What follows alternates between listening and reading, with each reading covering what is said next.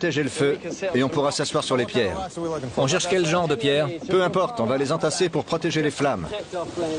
Il y a des vents catabatiques très forts qui s'engouffrent dans l'entonnoir formé par le glacier et qui risqueraient d'éteindre notre feu. J'ai demandé au président de m'aider à construire un simple mur de pierre afin de protéger le feu. Ensuite, je me mettrai au fourneau pour préparer à manger au président. Je me sers au milieu? D'accord. C'est tout ce dont on a besoin? C'est tout, oui. Mettez-moi au travail. On a tout ce qu'il faut. D'accord. On a nos ardoises. C'est celle qu'on a ramassée un peu plus tôt. Et c'est avec ça qu'on va allumer le feu. C'est un allume-feu. Même quand il pleut des cordes, comme souvent en Alaska, on peut allumer notre feu. On peut allumer un feu. Les allumettes sont toujours trempées et ne fonctionnent jamais quand on en a besoin. N'oubliez jamais ça. Vous voulez bien le tenir? D'accord. C'est une boule de coton. Vous avez du coton? On peut utiliser ce qu'on veut. J'ai même déjà utilisé les bourres de mon nombril. C'était une longue randonnée. Vous avez beaucoup de bourres dans votre nombril? Je suis prévoyant. Je vois ça. Qu'est-ce que c'est? C'est un combustible solide parce qu'il n'y a pas vraiment de bois sec dans la région. D'accord. On le met là-dessus. Voilà comment ça marche. Vous voyez cette tige? Oui. Imaginez qu'on a notre boule de coton ici. Il faut diriger l'étincelle dessus. Compris. Ces allumes-feu ont l'air simples à utiliser, mais ce n'est pas le cas. J'ai déjà testé avec des tas de personnes, et la première fois que les gens les utilisent, ils ont du mal à les faire fonctionner. Ça ne marche pas. Ne vous brûlez pas les Ne vous doigts? inquiétez pas. Bon. Penchez-le un peu plus. Compris. C'est ça. C'est bien. Vous avez réussi. Et voilà. Vous avez réussi. Extraordinaire. Bravo. Je dois avouer, Monsieur le Président, que c'est assez énervant de voir que vous êtes bon en tout. Je ne pourrai jamais grimper au sommet de l'Everest, mais j'ai écouté vos conseils. Je n'avais encore jamais allumé de feu sans allumette ni briquet. Je vais m'acheter un de ces trucs-là. Ça marche plutôt bien. J'imagine que les services secrets en ont un, mais je vais m'assurer que c'est bien dans notre kit. On peut mettre une ardoise par-dessus. Voilà, parfait. D'accord. On laisse chauffer. On va aller chercher de l'eau directement sur le glacier. D'accord. Ensuite, on préparera le thé au chaton. Vous voulez bien remplir ça? D'accord. Je m'occupe de ça en attendant. Je vais chercher de l'eau. Ça n'a pas l'air bien Je stable. m'en occupe. Vous emmenez parfois Michel en camping? Michel n'est pas du genre camping et pique-nique en plein air.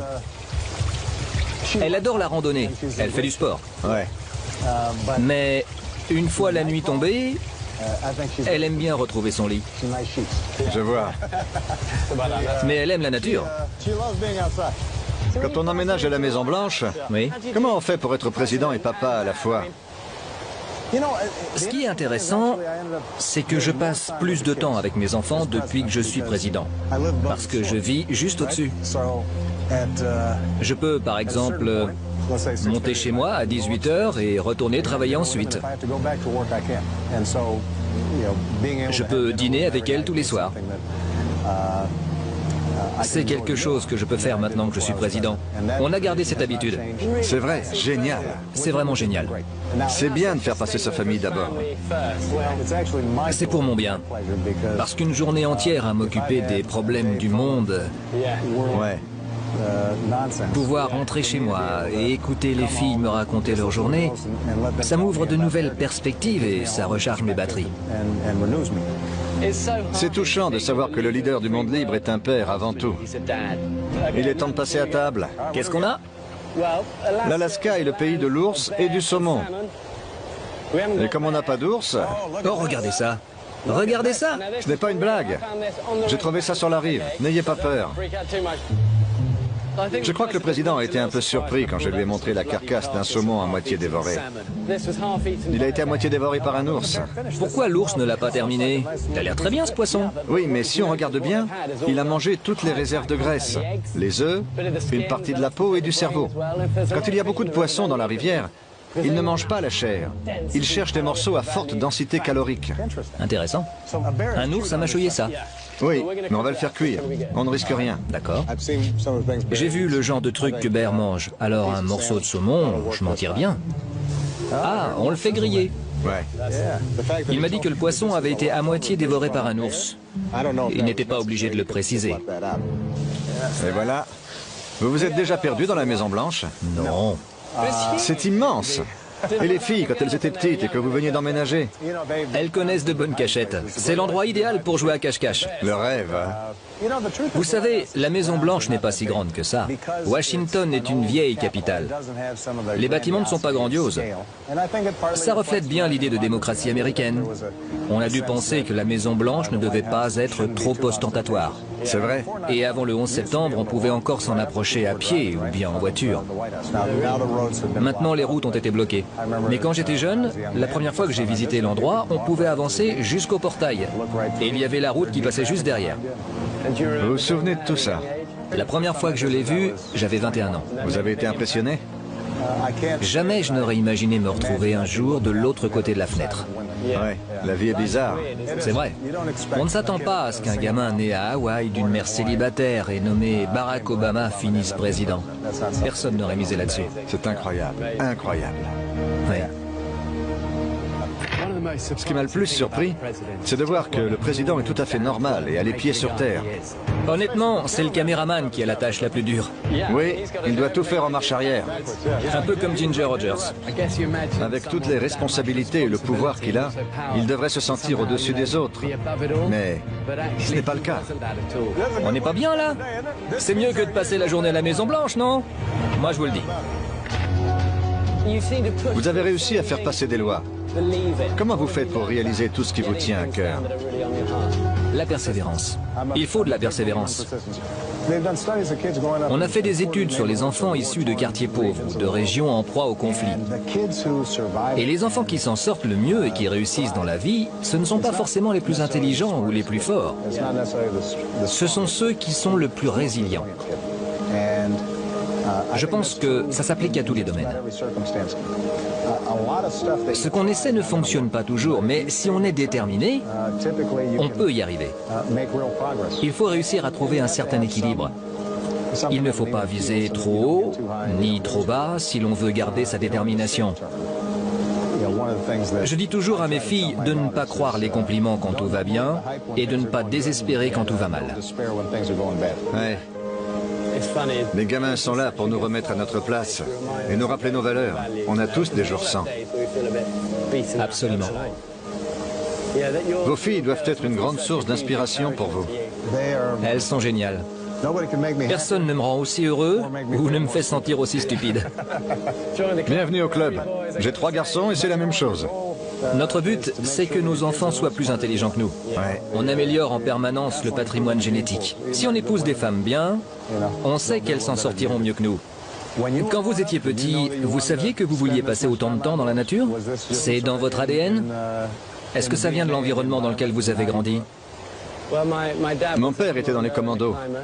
Il était aussi alpiniste. Petit, tout ce que je voulais, c'était passer du temps avec lui. J'aimais aller grimper avec lui.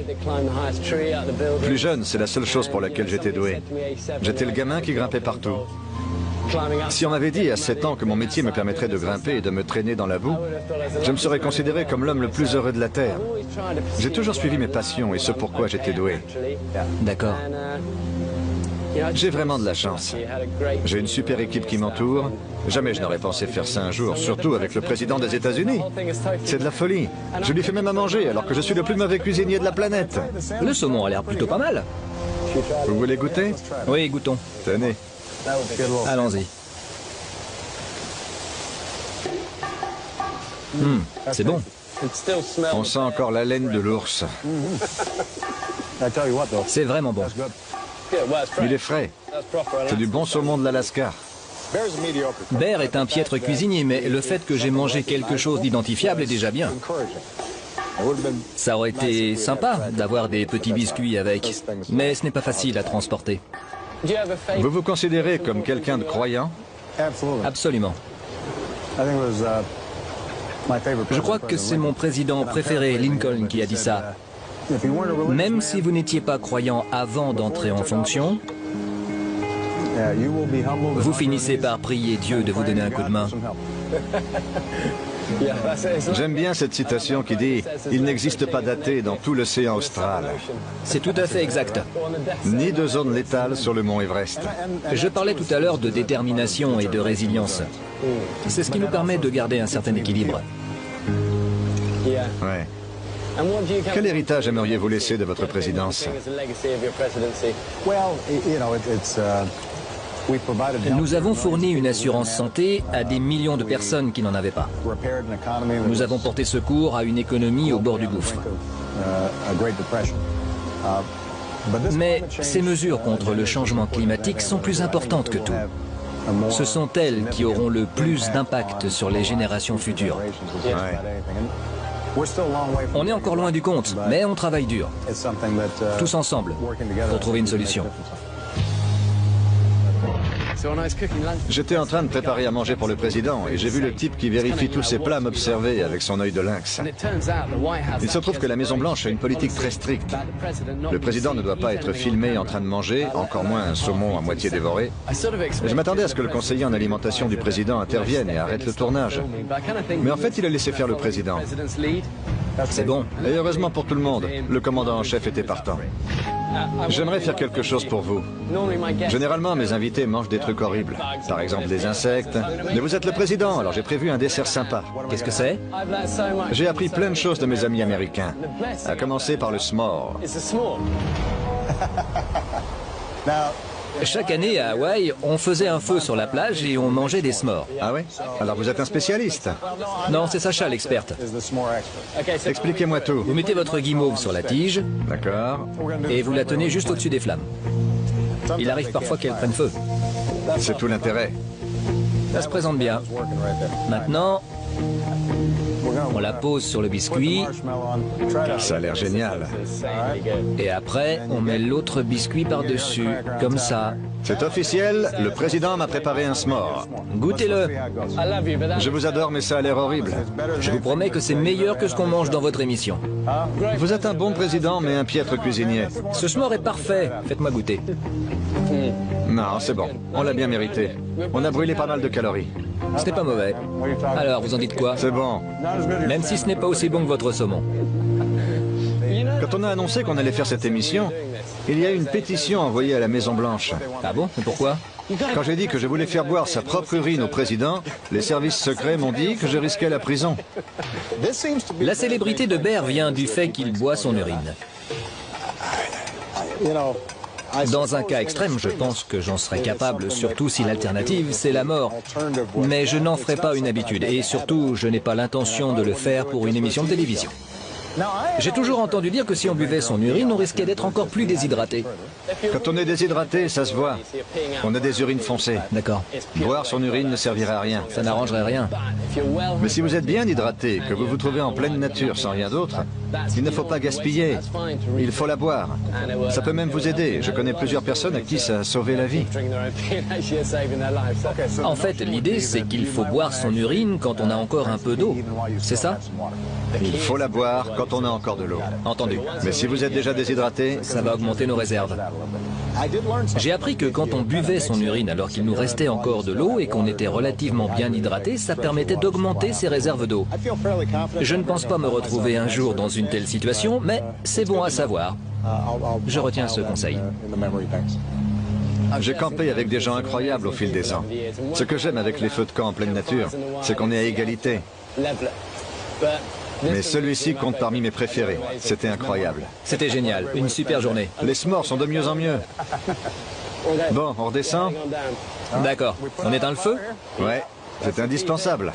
Ah, il faut qu'on boive notre thé au chaton. Oui, il faut goûter le thé. C'est très bon contre les flatulences.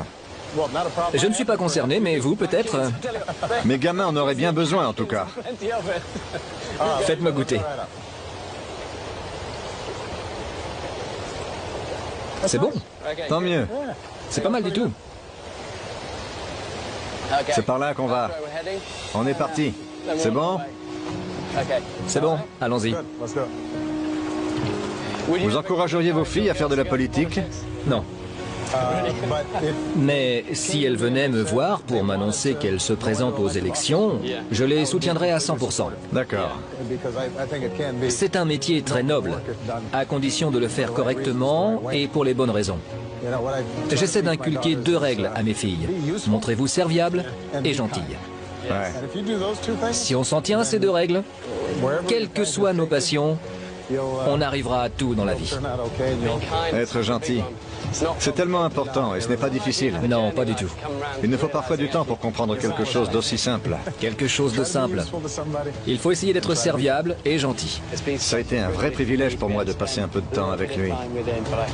C'est ici que nos chemins se séparent. D'accord. J'ai été ravi et je n'ai qu'une chose à dire. Respect. J'ai un service à vous demander. J'écoute. J'ai promis à ma femme de vous demander un autographe. Bien sûr. Le seul truc que j'ai trouvé à l'aéroport, Qu'est-ce que c'est? Oh, c'est un classique. c'est dingue, non? Le décapsuleur Obama. Quelle musculature! Je suis relativement musclé. Oui, on n'aurait pas pu prendre Winston Churchill. Non, je suis musclé.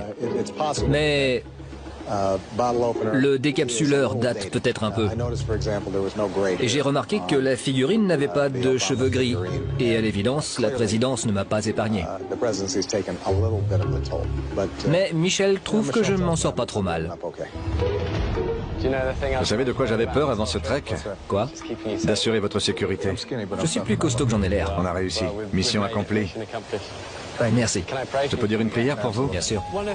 J'avais envie de dire une petite prière pour lui, même si c'est toujours un peu embarrassant. C'est un homme qui porte le poids du monde sur ses épaules. Tout le monde compte sur lui. Et pendant 10 secondes, j'ai eu envie de prier pour lui et de le protéger pour toutes les choses extraordinaires qu'il fait. Seigneur, merci de donner la force au président. Procurez-lui le courage et l'assurance nécessaires. Bénissez-le et protégez sa famille. Pardonnez-nous nos échecs et aidez-nous à être forts. Amen. Amen. J'apprécie le geste. Merci. Dieu vous bénisse. Ça a été un réel privilège. J'ai passé un très bon moment. Comme je l'ai dit, j'adore ce que vous faites pour protéger notre planète. Vous êtes un excellent ambassadeur de la nature. Je promets de ne pas vous inviter à un cocktail. Je pourrais faire une exception pour vous, Monsieur le Président. Mais on pourrait peut-être escalader la façade de la Maison Blanche. Soyez prudent, ne vous faites pas attaquer par un ours. Promis. Les services secrets vous attendent. Bear est un compagnon génial. On voit à quel point il est passionné par la nature. Il aime faire partager ses connaissances. C'était génial. Et le poisson était pas mal aussi. Nous n'avons qu'une seule planète. Nous devons en prendre soin avant qu'il ne soit trop tard. Nous avons besoin d'un homme fort pour nous montrer la voie et nous aider à changer les choses. On sent qu'il se soucie vraiment de protéger notre planète. Je soutiens son action.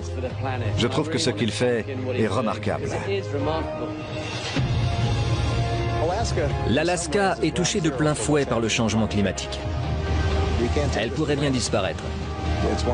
Il s'agit de l'un des héritages de notre pays. Nous avons créé des parcs nationaux afin de préserver ces grands espaces naturels. C'est ce qui distingue les États-Unis des autres pays. Si nous perdons ça, alors nous perdons une part essentielle de nous-mêmes.